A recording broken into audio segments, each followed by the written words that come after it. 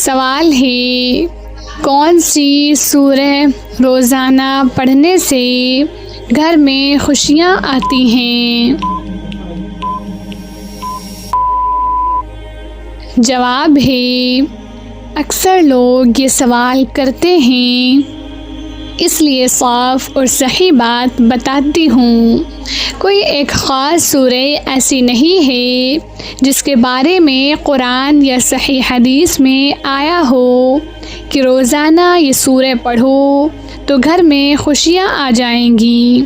البتہ قرآن و حدیث سے ایک بات ثابت ہے۔ سورہ بقرہ نبی صلی اللہ علیہ وسلم نے فرمایا، جس گھر میں سورہ بقرہ پڑھی جاتی ہے وہاں شیطان داخل نہیں ہوتا، اور جب شیطان کا اثر کم ہوتا ہے، لڑائی، بے سکونی اور گھبراہٹ کم ہوتی ہے، تو گھر میں سکون اور برکت آتی ہے، اور اسی کو ہم عام زبان میں خوشیاں کہتے ہیں۔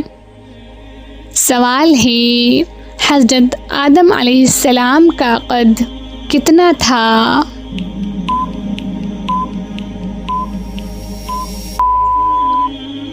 جواب ہے 60 ہاتھ۔ سوال ہے، قرآن مجید میں کتنی مرتبہ اللہ نے اپنا نام رحمان ذکر کیا؟ جواب ہے 57 بار۔ سوال ہے، سورہ کہف کی کون سی آیت پڑھنے سے گہری نیند آ جاتی ہے؟ جواب ہے، سورہ کہف کی کوئی خاص آیت ایسی نہیں ہے جس کے بارے میں صحیح حدیث میں آیا ہو کہ اسے پڑھنے سے فوراً گہری نیند آ جاتی ہے، یعنی سورہ کہف کی فلاں آیت پڑھو اور نیند آ جائے، ایسی بات ثابت نہیں ہے۔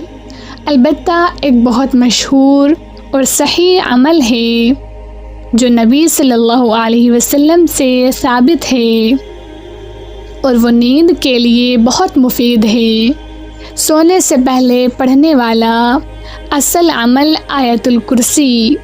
ایک بار رسول اللہ صلی اللہ علیہ وسلم نے فرمایا، جو شخص سونے سے پہلے آیت الکرسی پڑھ لے، اللہ اس کی حفاظت فرماتا ہے اور شیطان قریب نہیں آتا۔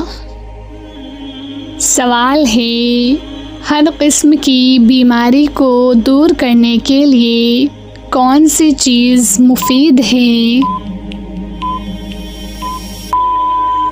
جواب ہے، صدقہ دینا۔ سوال ہے، کس انسان کے لیے مغفرت کی دعا کرنا منع ہے؟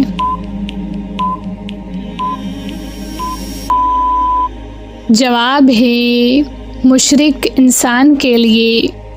سوال ہے، کون سی زبان زیادہ بولی جاتی ہے؟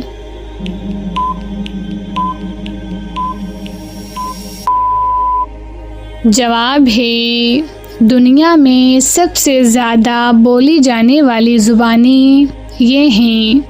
نمبر 1، مینڈرن چائنیز، سب سے زیادہ ماں بولی کے طور پر بولی جاتی ہے، تقریباً 1 ارب سے زیادہ لوگ۔ نمبر 2، انگلش، اگر ماں بولی پلس دوسری زبان ملا لیں تو دنیا میں سب سے زیادہ سمجھی اور بولی جانے والی زبان ہے۔